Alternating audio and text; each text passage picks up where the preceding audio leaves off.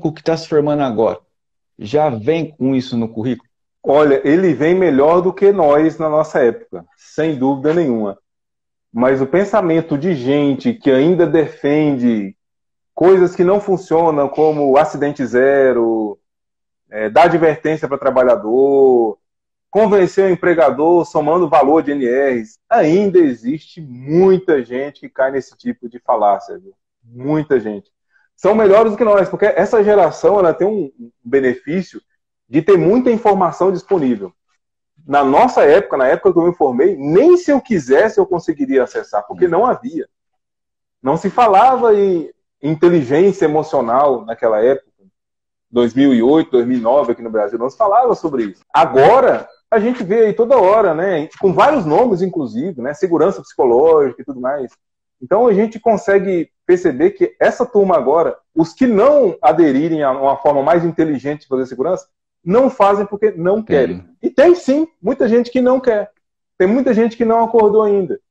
Um exemplo clássico, se a gente for no Instagram hoje e começar a andar nas páginas de segurança, nos perfis de segurança, e se a gente for buscar qual é o maior perfil de segurança do trabalho hoje no Instagram, é um perfil que só mostra acidente, só mostra desgraça, só mostra bagaceira. Ele está disparado na frente, impossível de alcançar.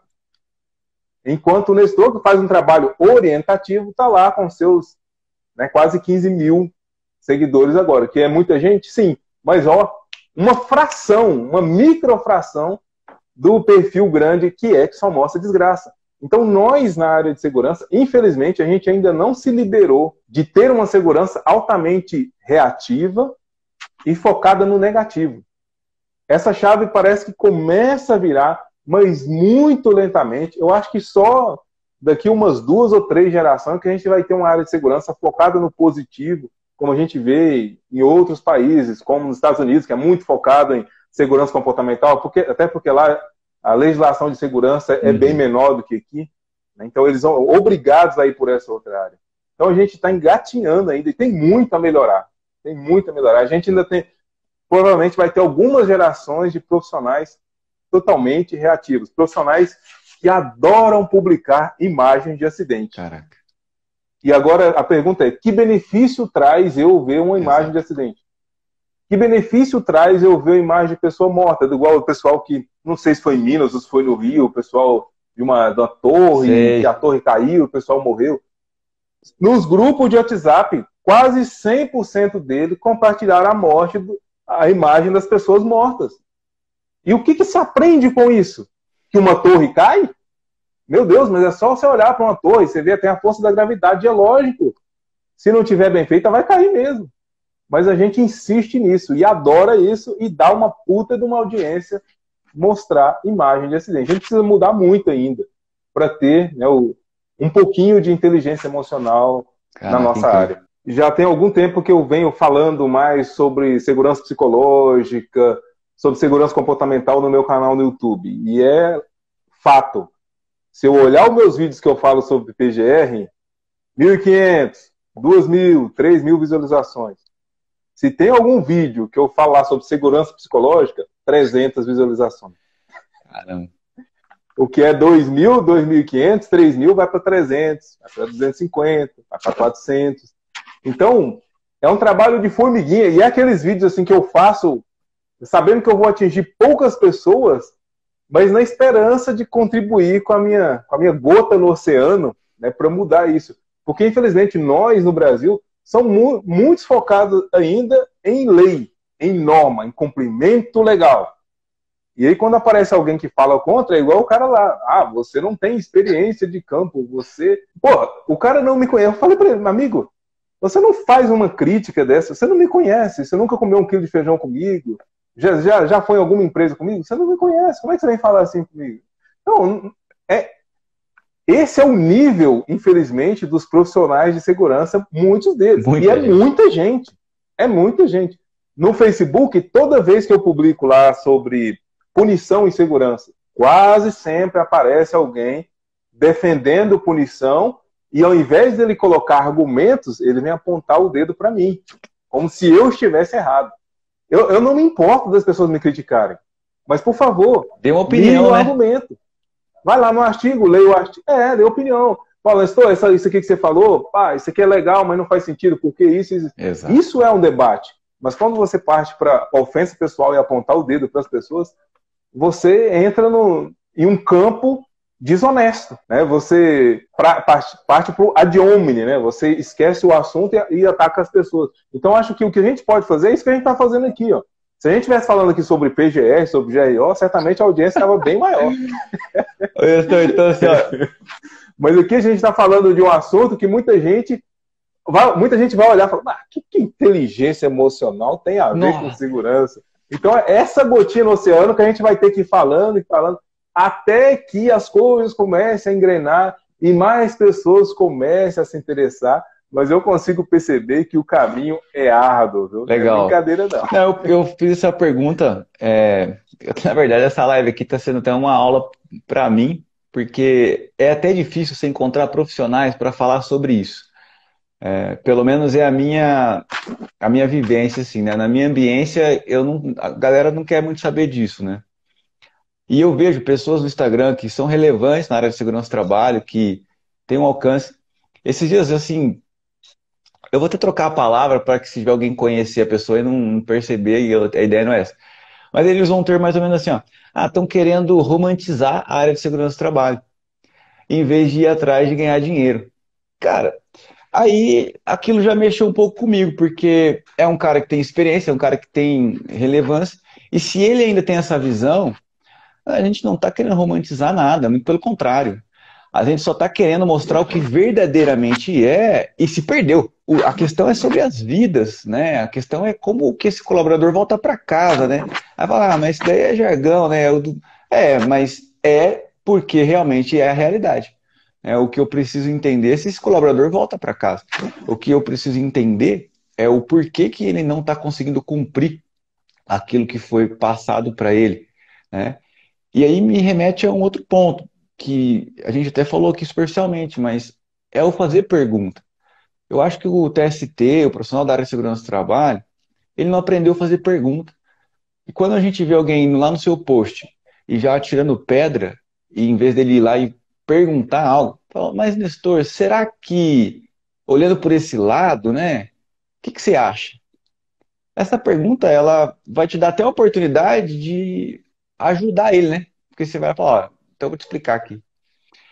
E é o que eu acho que ainda não acontece, inclusive, na fábrica, no chão de fábrica, inclusive não acontece nem com os gestores. O profissional da área de segurança do trabalho, muitas vezes, ele ainda não tem maturidade, e não tem a ver com idade isso, de participar e ter uma conversa difícil com os gestores. Porque justamente ele não aprendeu a fazer pergunta, não aprendeu sobre empatia, não aprendeu a se colocar no lugar do empresário. É muito fácil chegar lá e falar, o cara não quer fazer segurança, mas a responsabilidade é sua mostrar para ele que isso é importante, que gera valor, que tem um benefício por trás, né?